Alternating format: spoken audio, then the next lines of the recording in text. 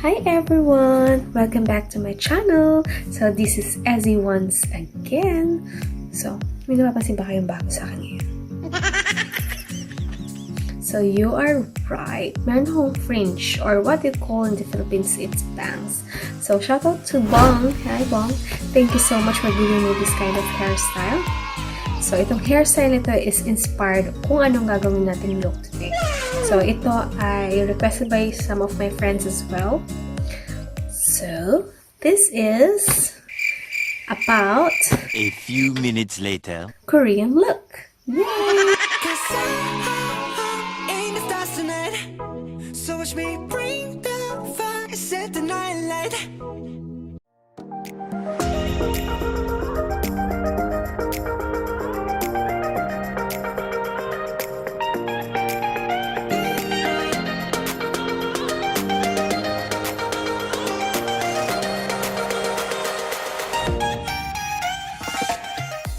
Ngayon ay it's my own version. So, hindi ako masyadong nag-research, but natingin lang ako ng mga Korean pictures, yung mga ganun. And yung procedure ay inspired by my Korean housemates before, yung mga friends ko na nakasama ko sa bahay. So, nakita ko paano sila mag-makeup. Nag-observe lang ako a little bit. Hindi ko siguro makukuha yung 100% of it. Pero, at least, makukuha ko yung konting yung process ba. Yan. So, hope you will like it. So, medyo hihiwain ko muna tong bangs na to. Ayan. Ilabasan natin yung tinatago. Diyan. 20 minutes later. So, yeah. So, after mo magpunta yung skincare and then yung sunscreen, yan, pwede na kayong maglagay ng inyong primer. So, with regards to the primer, ang mga Korean, they usually putting yung violet or pink na primer. Just, kasi yellow tone kasi talaga yung yung Asian skin. So, kaya yun yung secret nila kung bakit glowy na agad, glowy sila. Kasi, kino-correct na nila from the beginning yung kanilang skin tone. So, since pinkish naman yung skin ko ngayon. So, wala ako nun.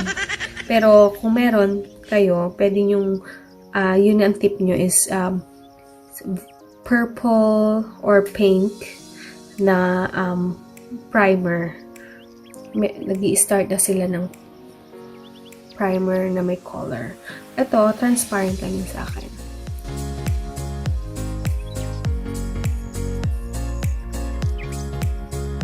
Yan. Okay. And then, after that, yung mga zit nila o yung mga pimples nila, nilalagyan na nila yun ng parang pimple plaster ba? Band-aid. Yun, nilalagyan na nila yun. So, pagkalagay nila nun, nilalagyan na nila ng correct. So, kapag may pimple, it's green or maglalagay sila ng concealer. So, ako, since gusto kong i-correct yung aking dark circle, so maglalagay ako ng peach corrector dyan. Yan.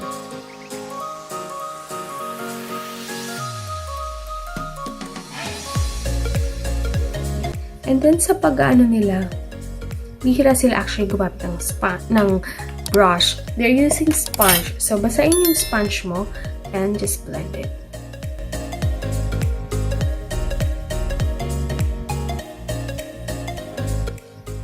Then after that, corrector, pwede ka na kayo maglagay ng concealer or highlighter. So, pwede mo nang i-conceal yung mga imperfections nyo. So, since ang Korean, gusto nila ng maputi. Maputing-maputi talaga yung face nila. So, we can put concealer.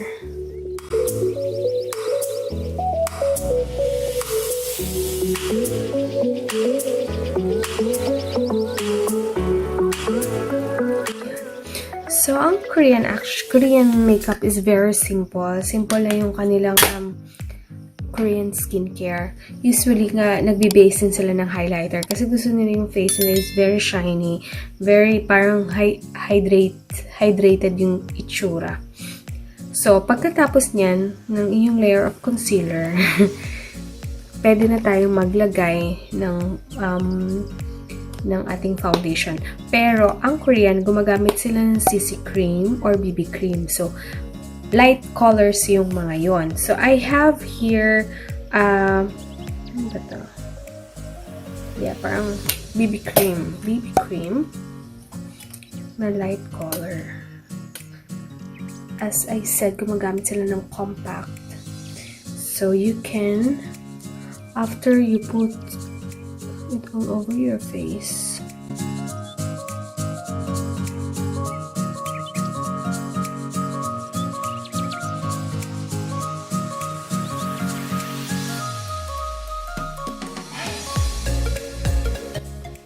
so ang mga Korean, they are taking time na mag-blend yung kanilang makeup, BB cream or CC cream man yan. Kasi, kapag makapit siya sa balat, it's more natural looking in the thing.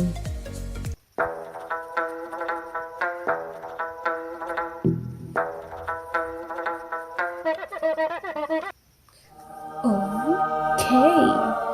So, yun mukha na mas small, guys. So, after that, gagamit na ulit sila ng maputing foundation.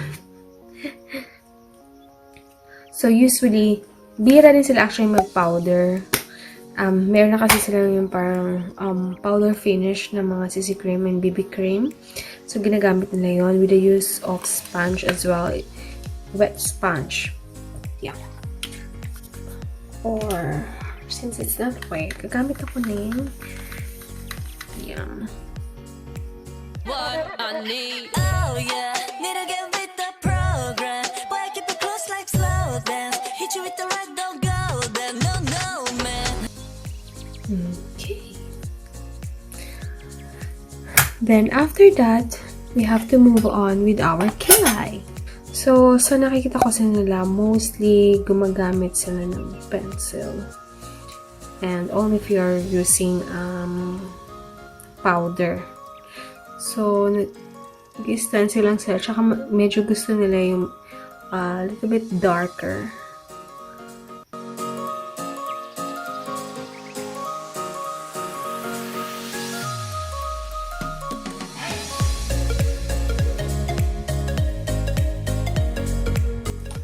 Ayan. So, sorry guys. Sa ang kilay. Simple lang. Okay. So, after that, mag-eyeshadow naman na tayo. So, since Korean, they are mostly white and they want their face white, so, gumagamit sila all the time ng peach. So, peach naman talaga ang ating base makeup.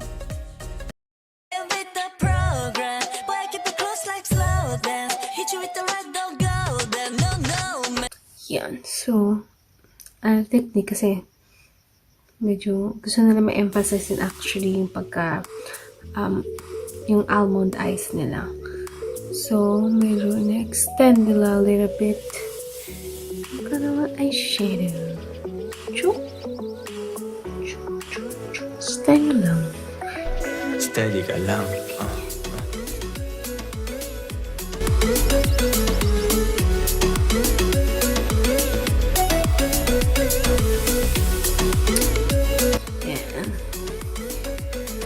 So, since, sabi ko sa inyo, ang mga Korean, they like to look like their skin is very hydrated and natural looking, healthy skin. So, gumagamit sila ng a lot of highlighter. So, from here,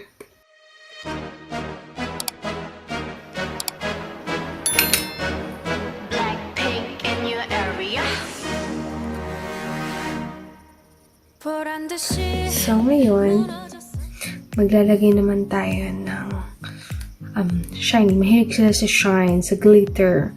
So, since peach yung peach color, yung may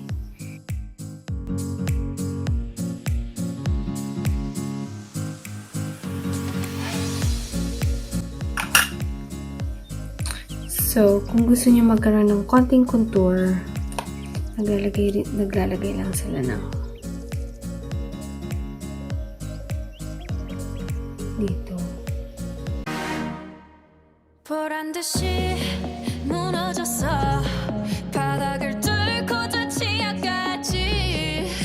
So, kung meron na kayong pencil na may glitter, you can use that.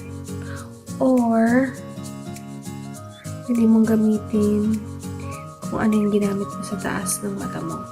So, let's try to use the pencil.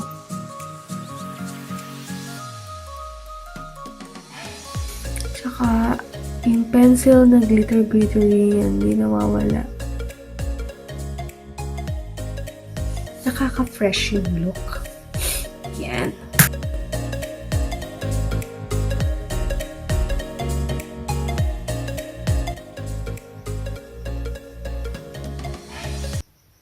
Okay, so how's my sweet look? Wow! Okay. So, yung day-to-day makeup ng Korean, they don't do much of the contouring.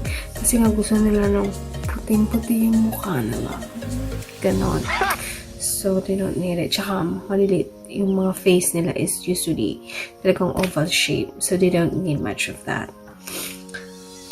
And, we'll now do the blusher. So, as normal Koreans do, they are using the tint. They like the tint because it's long-lasting and water-based siya, and also easy application. So, we'll try to do it using our hand.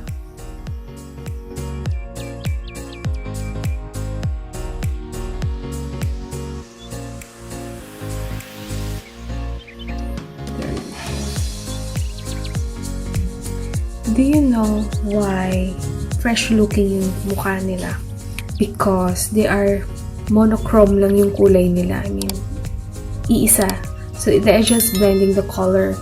Hindi katulad kapag yung mga ibang nagme-makeup na yun nga, nagko-contour or nagbe-blend na iba't ibang kulay na ganyan. Sa kanila monochrome lang. Parang lahat may blend of peach and yellow yung for the yellow-based tones.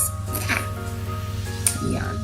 So, ngayon, bago tayo magpunta sa lips, we will finish the face. So, as I said, they want to look more hydrating, natural looking.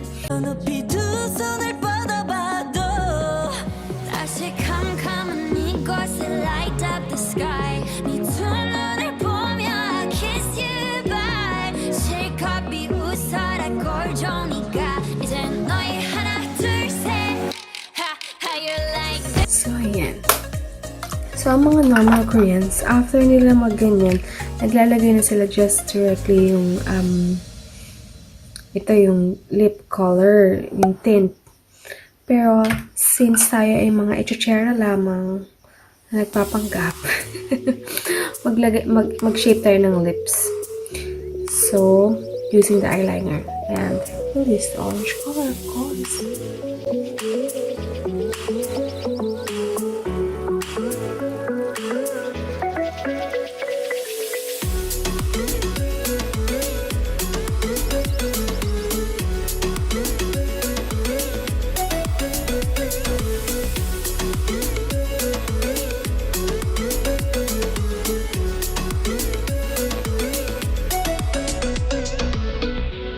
A few minutes later.